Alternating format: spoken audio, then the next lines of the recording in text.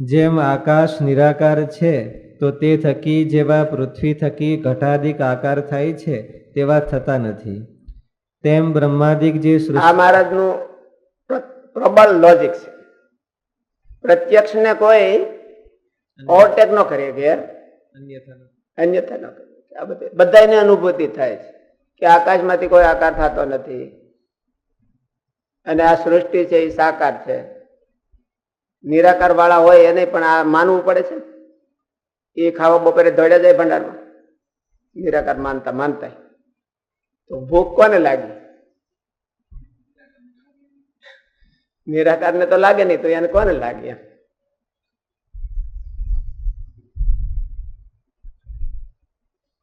કાજે ભગવાન થકી જ સર્વ સ્થાવર જંગમ સૃષ્ટિ થાય છે.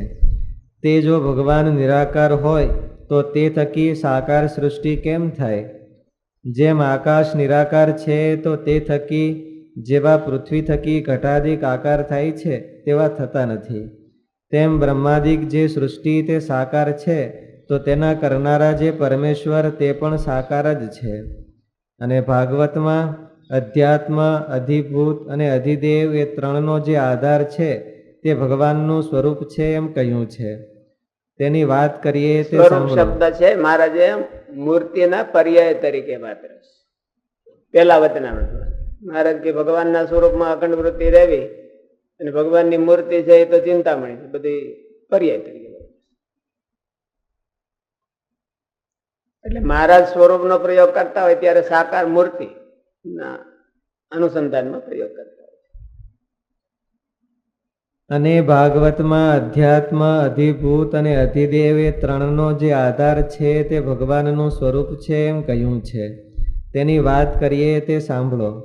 અધ્યાત્મ જે વિરાટ પુરુષના ઇન્દ્રિયો, અને અધિભૂત જે તેના પંચ મહાભૂત, અને અધિદેવ જે વિરાટના ઇન્દ્રિયોના દેવતા, એ સર્વે વિરાટને વિશે આવ્યા તો પણ વિરાટ ઊભો ન થયો.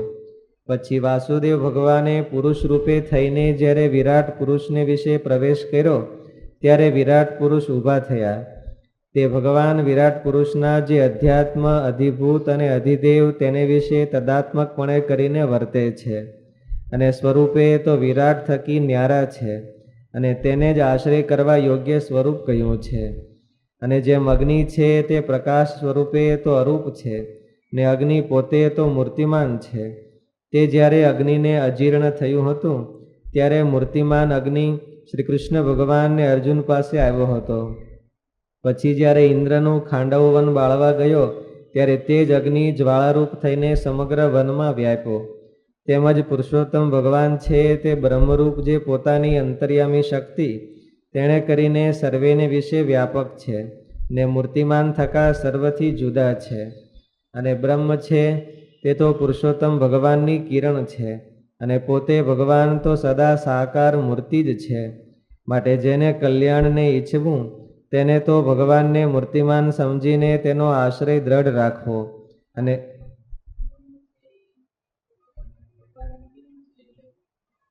અંતર્યામી શક્તિ છે એ વ્યાપક છે. કિરણ એટલે એનો પ્રભાવ. લાઈટ છે એની કિરણ આ દિવાલની હારે ભટકાય છે તો એને આપણે શું કહીએ છીએ? પ્રભા.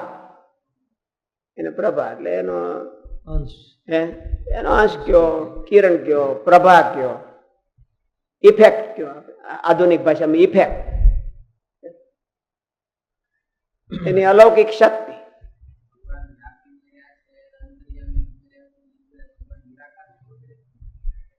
ભગવાન વ્યાપીને આમાં એવું કીધું, આમાં જે વ્યાપક સ્વરૂપ કીધું એ નિરાકાર કીધું. પછી બીજી એક ભગવાનની વ્યાપક શક્તિ છે એ ત્રણ પ્રકારે છે. નિરાકાર રૂપે હોતે વ્યાપે છે ભગવાન, સાકાર થકા હોતે વ્યાપે છે, અનંત અણુ અણુમાં ભગવાન મૂર્તિમાન હોતે વ્યાપે છે, અને અંતર્યામી રૂપે હોતે વ્યાપે છે, અને તેજ રૂપે હોતે વ્યાપે છે. તેજ એટલે ચેતના. ચેતના ભગવાન એમ કે જગાડે છે એ ડાયરેક્ટ જગાડે છે, કોઈના માધ્યમથી નહીં. ઓલું આમાં શું લખ્યું એ શ્રુતિનો ઓલો ટ્રાન્સલેશન મારે કર્યું છે. પુરુષ રૂપે કરીને વિરાટને વિશે પ્રવેશ કર્યો. ઓલું જીવેના આત્મના અને એને જીવેન આત્મના અનુપ્રવિશ્ય અનુપ્રવિશ્ય એવું એ શ્લોકનો જ અર્થ કર્યો. અને એને જીવેન આત્મના અનુપ્રવિશ્ય.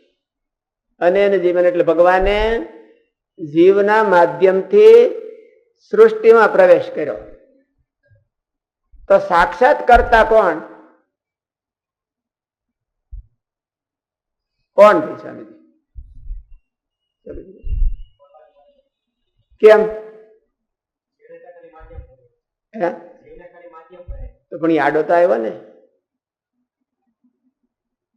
તમે આ દિવાલ નું માધ્યમ કરો પછી ઓલી બાજુ કોઈ ઉભા રહે તો પછી આડી તો આવી કે નહોતી? સાક્ષાત કે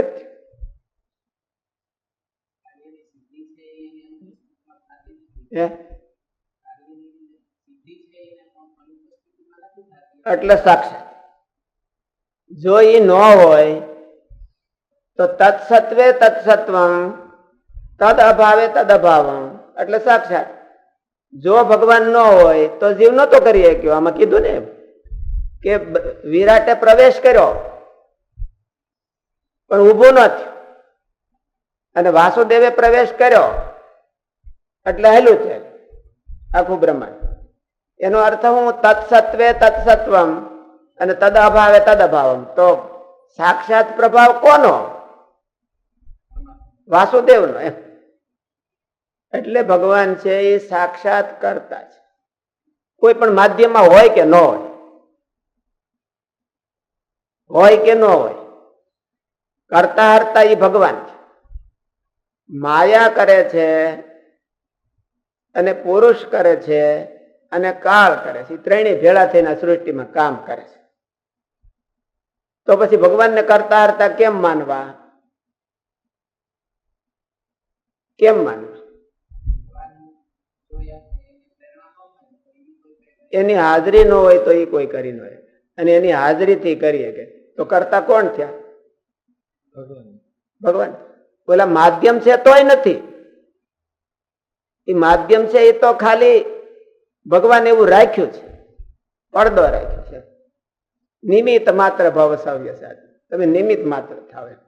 સાક્ષાત કરતા ભગવાન છે, બીજો કોઈ કરતા છે નહીં.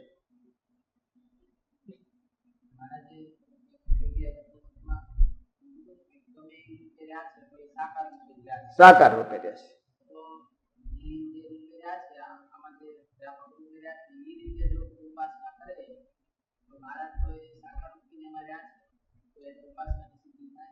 ન થાય ને. મહારાજે ઉપાસનામાં સ્વામી સેવક ભાવ જોડ્યો છે. ખાલી પી જાય એમ નથી. ખાલી એને તમે સૂર્યને તાપો તો તમે સૂર્યની ઉપાસના કરી એ કેવાય જ્ઞાનથી. એમ અગ્નિને તાપો તો અગ્નિને ઉપાસના કરી એમ કેવાય. પણ મહારાજે એમાં થોડોક સુધારો કર્યો. સ્વામી સેવક ભાવ કર્યો છે. તો સ્વામી સેવક ભાવ હોય તો એને ઓલું ન આવે. બીજા મતોમાં ઉપાસના અને મહારાજના મતમાં ઉપાસનામાં થોડીક માન્યતામાં ફેર છે. કમ્પેરિઝન કરો તો ઉપાસના તો નિરાકાર વાળા હોતે કે છે કે અમે ઉપાસના કરી છે અને નિરાકારની ઉપાસના કરી. તો નિરાકારની ઉપાસના એટલે શું? એટલે મહારાજે એવું કીધું કે મહારાજની ઉપાસના શબ્દનો પ્રયોગ ઉપનિષદમાં તો જે લેવું હોય બધું આવે છે કે ઉપાસના નામ ઉપાસના આને હોતે કહેવાય ને આને હોતે કહેવાય, બેયમાં આવે છે. એટલા માટે મહારાજે કીધું કે પ્રથમ સાકાર નિષ્ઠા વાળા ગુરુ અને પછી શાસ્ત્રાધ્યાય. શંકરાચાર્યજી વાળા નિરાકારને માને છે તો એ એમ કે છે કે અમે ઉપાસક નથી, અમારા ભગવાનની ઉપાસના નથી. એમ એમ કે છે ઉપાસના જ કરે છે. એ બધા એમ પોતાની ઉપાસના જ ઘટાવે છે. એટલે ઉપાસના કેવા પાછળ મહારાજનો અર્થ આ પણ છે. એટલે તમે કીધું ઈ ફીટ ન બેસે.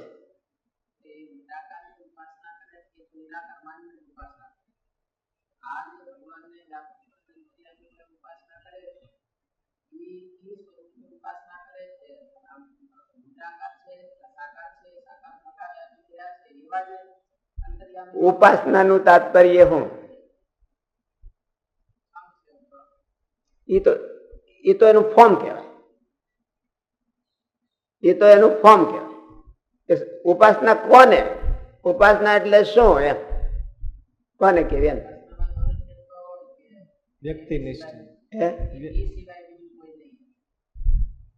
તાત્પર્ય એના જેવું સુખ પામવું, એનું જે સુખ છે. ઉપાસના કરીને એનું ફળ શું? પ્રાપ્તિ છે ને. ઉપાસના માણસ શું કરવા કરે છે? અગ્નિમાં શાળો હોય ત્યારે અગ્નિને તાપે છે એટલે અગ્નિની ઉપાસના કરી. શું કરવા? ખાલી એમ કે ફોટો પડાવવા કે ભાઈ હું તાપું તું ફોટો પાડી લે. શું કરવા તાપે છે? એની ગરમી, એની હીટ એને મેળવવી છે, એને મેળવવી છે. તો ભગવાનની ઉપાસના શું કરવા કરે છે? ભગવાનની હીટ કઈક એને મળવી જોઈએ ને. ઓલા આમ ન મળે. તમે જે કયો છો એમાં જે રિયલ છે મૂર્તિનું સુખ એ ન મળે, અને મળે તો થોડું મળે. આપે પણ ઓલે પણ સગડી હોય, બિરબલ ની ખીચડી ની ઘોડે એ સગડી ઓલે ખૂણે મૂકી હોય ને આ ખૂણે બેઠો હોય કે હું તાપું છું, કે ત્યાં એની કિરણ આવે છે તો એ ન મળે. એવું જેવું જોઈએ એવું સુખ ન મળે. એટલે મહારાજ કે ખરું સુખ તો મહારાજ મૂર્તિ વિશે જ છે. અને બીજે છે એ તો ધર્મશાળા, જેમ શેઠિયા માણસો ધર્મશાળા બંધાવે ને એમાં સુખ છે એવું છે. ખરું સુખ છે જે છે એ તો મૂર્તિને વિશે છે.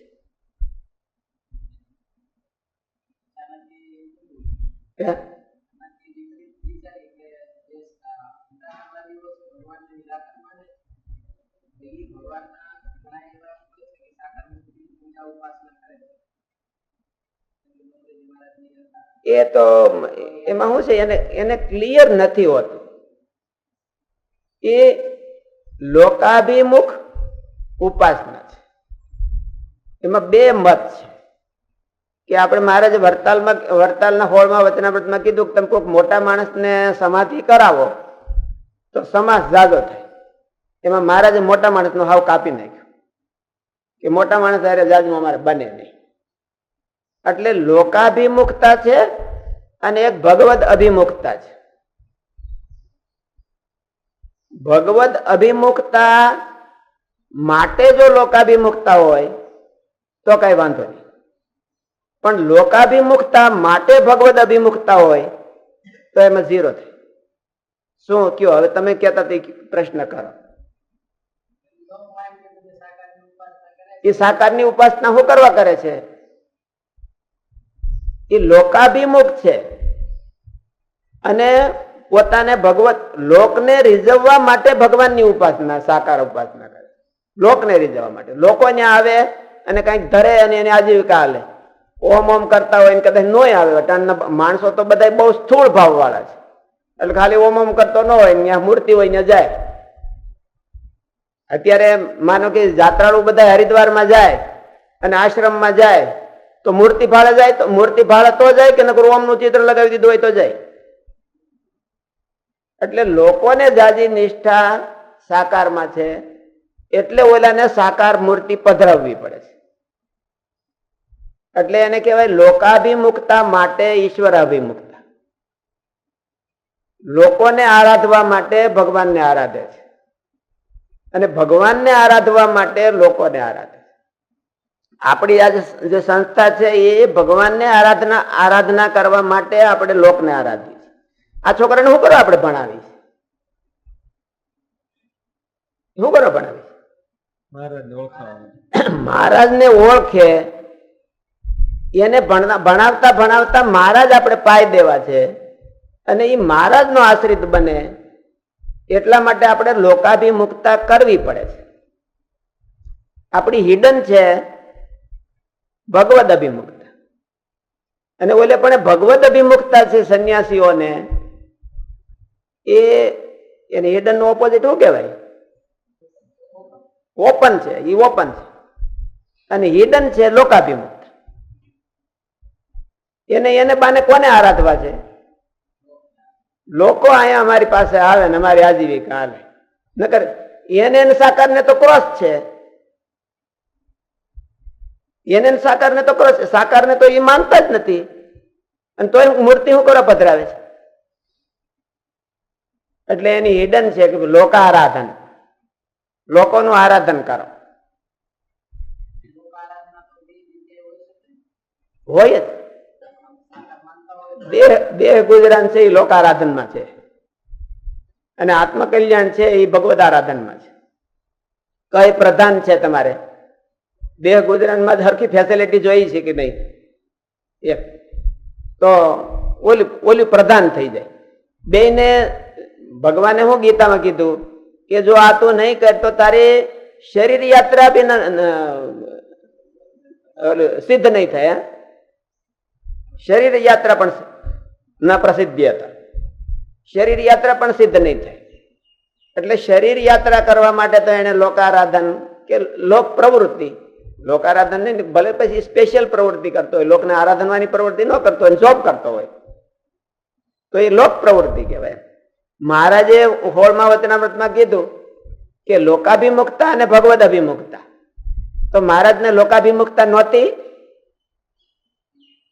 મહારાજ બધા એને સાધુને ભેળા કરીને શું કહેતા કે જાઓ તમે લોકોને કથા વાર્તા કરો, લોકોને કથા વાર્તા કરીને પ્રભાવિત કરો. પ્રભાવિત કરીને શું કરવાનું? અમને ઓળખ. કથા વાર્તા કરીને એમને સીધા થઈ જાય?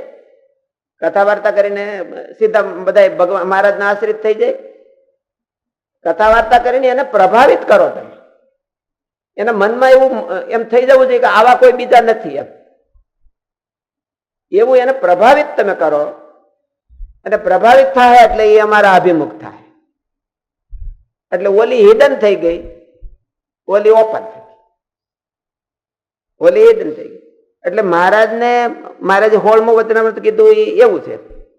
ઘણી વખત માણસને લોકના કઈ માન મોટાઈની અભરખા હોય તો આને હિડન, આને ઓપન રાખે ને ઓલી હિડન રાખે. મહારાજને માધ્યમ તરીકે, મીડિયા તરીકે ઓપન રાખે રોટલો ખાવામાં.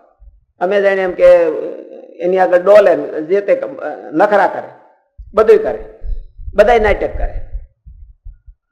અને હિડન હું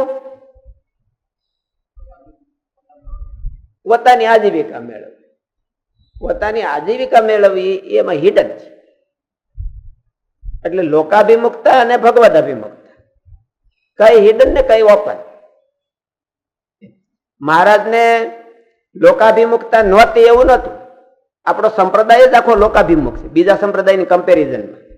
લોક પ્રવૃત્તિમાં જાજામ જાજી પ્રવૃત્તિ કરતો હોય તો ત્યારે સ્વામિનારાયણ સંપ્રદાય એ લોકાભિમુખ પ્રવૃત્તિ છે.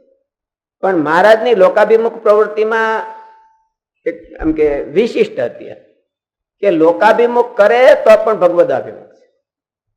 એમાં હિડન છે એ ભગવદ અભિમુખતા છે, અને તાત્પર્ય છે એ ભગવદ અભિમુખતા છે.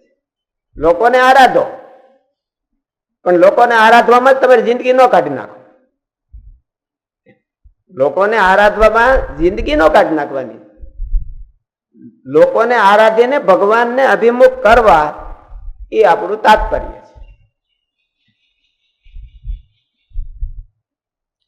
અને બ્રહ્મ તમે કહો છો ને કે નિરાકારને આરાધે અને સાકારને ન આરાધે. એટલે મહારાજે તો ઉપાસના કીધી અને ઉપાસના કીધી જ નથી. મહારાજનો ઉપાસના શબ્દ અને બીજાનો ઉપાસના શબ્દનો પ્રયોગ અને મહારાજનો ઉપાસના શબ્દ પ્રયોગ એમાં થોડુંક ડિફરન્સ આવે, કારણ કે માન્યતા પ્રમાણે ડિફરન્સ આવે. હોવાની માન્યતા હોય એ પ્રમાણે ડિફરન્સ આવે. અને બ્રહ્મ